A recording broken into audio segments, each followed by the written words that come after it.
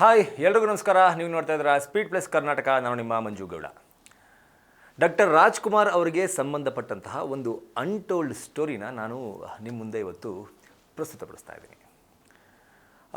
ಸಂಪತ್ತಿಗೆ ಸವಾಲು.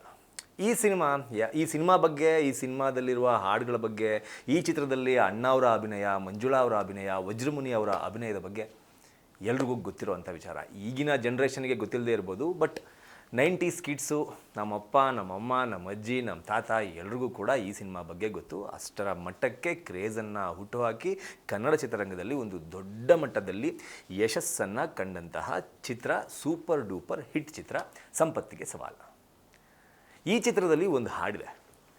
ಯಾರೇ ಕೂಗಾಡಲಿ, ಊರೇ ಹೋರಾಡಲಿ, ನಿನ್ನ ನೆಮ್ಮದಿಗೆ ಭಂಗವಿಲ್ಲ, ಎಮ್ಮೆ ನಿನಗೆ ಸಾಟಿ ಇಲ್ಲ. ಈ ಸಾಂಗು ನಿಜವಾಗ್ಲೂ ಇವತ್ತಿಗೂ ಕೂಡ ಅಷ್ಟೇ ಫೇಮಸ್. ಈ ಸಾಂಗನ್ನು ಹಾಕಿದ್ರೆ ಎಲ್ಲೇ ಕೇಳಿದ್ರು ಒಂದ್ಸಲಿ ಕೇಳಬೇಕು ಅಂತ ಅನ್ಸುತ್ತೆ, ಒಂದ್ಸಲಿ ಆದಮೇಲೆ ಗುನುಗಬೇಕು ಅಂತ ಅನ್ಸುತ್ತೆ. ಆ ತರಹದ ಒಂದು ಸಾಂಗ್ ಇದು. ಈ ಸಾಂಗ್ನಲ್ಲಿ ಡಾಕ್ಟರ್ ರಾಜ್ಕುಮಾರ್ ಅವರು ಒಂದು ಎಮ್ಮೆ ಮೇಲೆ ಕೂತ್ಕೊಂಡು ಈ ಸಾಂಗನ್ನು ಒಂದು ಪಿಕ್ಚರೈಸೇಷನ್ ಮಾಡಲಾಗಿದೆ. ಈ ಸಾಂಗ್ನ ಪಿಕ್ಚರೈಸೇಷನ್ ಮಾಡಲಾಗಿದೆ. ಸ್ಟಾರ್ಟಿಂಗ್ನಲ್ಲಿ ಒಂದು ಎಮ್ಮೆ ಬೇಕು, ಎಮ್ಮೆ ಮೇಲೆ ಡಾಕ್ಟರ್ ರಾಜ್ಕುಮಾರ್ ಅವ್ರನ್ನ ಕೂರಿಸಿ ಚಿತ್ರೀಕರಣ ಮಾಡಬೇಕು ಅಂತ ನಿರ್ದೇಶಕರು ತೀರ್ಮಾನ ಮಾಡಾದಮೇಲೆ ಚಿತ್ರತಂಡಕ್ಕೆ ಹೇಳಿ ಒಂದು ಎಮ್ಮೆಯನ್ನು ತರಿಸ್ತಾರೆ. ಎಮ್ಮೆನ ತರಿಸಿ ಆ ಎಮ್ಮೆನ ಇಟ್ಕೊಂಡು ಶೂಟಿಂಗನ್ನು ಸ್ಟಾರ್ಟ್ ಮಾಡ್ತಾರೆ. ಮೊದಲ ದಿನದ ಶೂಟಿಂಗ್ ಮುಗಿದಾಗ ಅಲ್ಲೇ ಇದ್ದಂತಹ ಒಬ್ಬ ಅಭಿಮಾನಿ ಆ ಎಮ್ಮೆ ನೋಡ್ಬಿಡ್ತಾನೆ. ಆ ಅಭಿಮಾನಿ ಕಣ್ಣು ಆ ಎಮ್ಮೆ ಮೇಲೆ ಬಿದ್ದುಬಿಡುತ್ತೆ. ಮೊದಲ ದಿನದ ಶೂಟಿಂಗ್ ಮುಗಿದಾದ್ಮೇಲೆ ಆ ಎಮ್ಮೆನ ಏನು ತಗೊಂಬಂದಿದ್ರು ಆ ಮಾಲೀಕನಿಗೆ ವಾಪಸ್ ಕೊಟ್ಟು ಕಳಿಸ್ತಾರೆ. ಮತ್ತೆ ನಾಳೆ ಶೂಟಿಂಗಿಗೆ ತಗೊಂಬಾರಪ್ಪ ಅಂತ ಹೇಳಿ ಕಳಿಸ್ತಾರೆ. ಆದರೆ ಅಲ್ಲಿ ನಿಂತಿದ್ನಲ್ಲ ಒಬ್ಬ ಅಭಿಮಾನಿ, ಏನು ಆ ಎಮ್ಮೆ ಮೇಲೆ ಅವ್ನು ಕಣ್ಣು ಬಿತ್ತು ಅಂತ ಹೇಳಿದ್ನಲ್ಲ, ಅವನು ಏಕಾಏಕಿ ಹೋಗ್ಬಿಟ್ಟು ಆ ಓನರ್ ಹತ್ರ ನಿಂತ್ಕೊಂಡು, ನನಗೆ ಈ ಎಮ್ಮೆ ಬೇಕು, ನೀನು ಏನು ಮಾಡ್ತೀಯ ಗೊತ್ತಿಲ್ಲ, ರೇಟ್ ಎಷ್ಟು ಹೇಳು.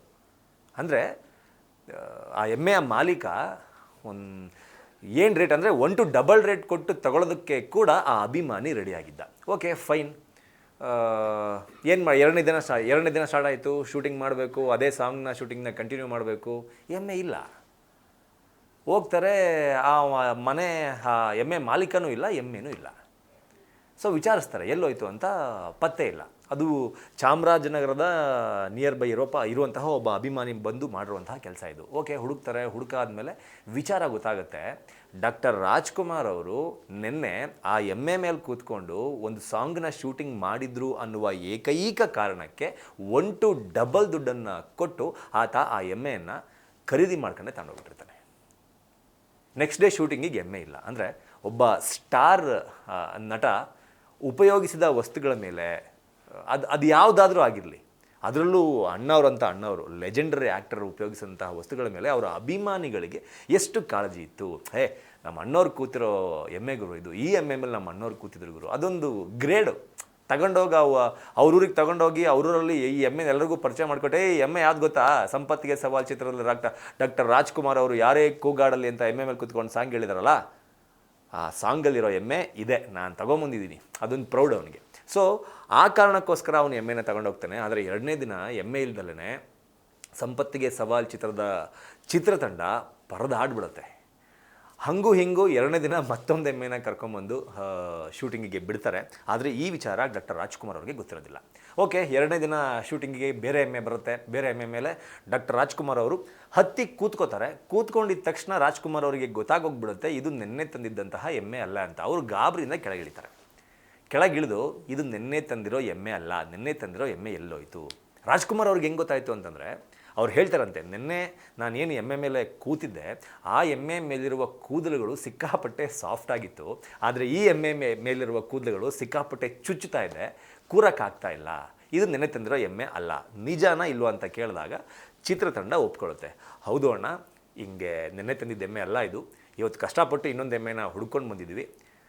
ನಿನ್ನೆ ಏನು ನೀವು ಆ ಎಮ್ಮೆ ಮೇಲೆ ಕೂತ್ಕೊಂಡು ಆ್ಯಕ್ಟ್ ಮಾಡಿದ್ರಿ, ನೀವು ಅದ್ರ ಮೇಲೆ ಕೂತ್ಕೊಂಡು ಆ್ಯಕ್ಟ್ ಮಾಡಿದ್ರಿ ಅನ್ನೋ ಒಂದೇ ಒಂದು ಕಾರಣಕ್ಕೆ ನಿಮ್ಮ ಅಭಿಮಾನಿಯೊಬ್ಬ ಬಂದ್ಬಿಟ್ಟು ಆ ಎಮ್ಮೆನ ಖರೀದಿ ಮಾಡ್ಕೊಂಡೆ ತಗೊಂಡೋಗ್ಬಿಟ್ಟಿಯಾನೆ. ಸೊ ಆ ಎಮ್ಮೆ ಮತ್ತೆ ನಮಗೆ ಸಿಗಲ್ಲ. ಸೊ ಇದೇ ಎಮ್ಮೆ ಮೇಲೆ ನಾವು ಶೂಟಿಂಗನ್ನು ಕಂಟಿನ್ಯೂ ಮಾಡಬೇಕು ಅಂತ ಡಾಕ್ಟರ್ ರಾಜ್ಕುಮಾರ್ ಅವರಿಗೆ ಕನ್ವಿನ್ಸ್ ಮಾಡಿ ಆದಮೇಲೆ ಡಾಕ್ಟರ್ ರಾಜ್ಕುಮಾರ್ ಅವರು ಆ ಎಮ್ಮೆ ಮೂಲಕ ಆ ಎಮ್ಮೆ ಮೇಲೆ ಕೂತ್ಕೊಂಡು ಸಾಂಗನ್ನು ಶೂಟ್ ಮಾಡಿಸಿ ಸಾಂಗನ್ನು ಕಂಪ್ಲೀಟ್ ಮಾಡಿಸಿ ಚಿತ್ರೀಕರಣವನ್ನು ಮುಗಿಸ್ತಾರೆ.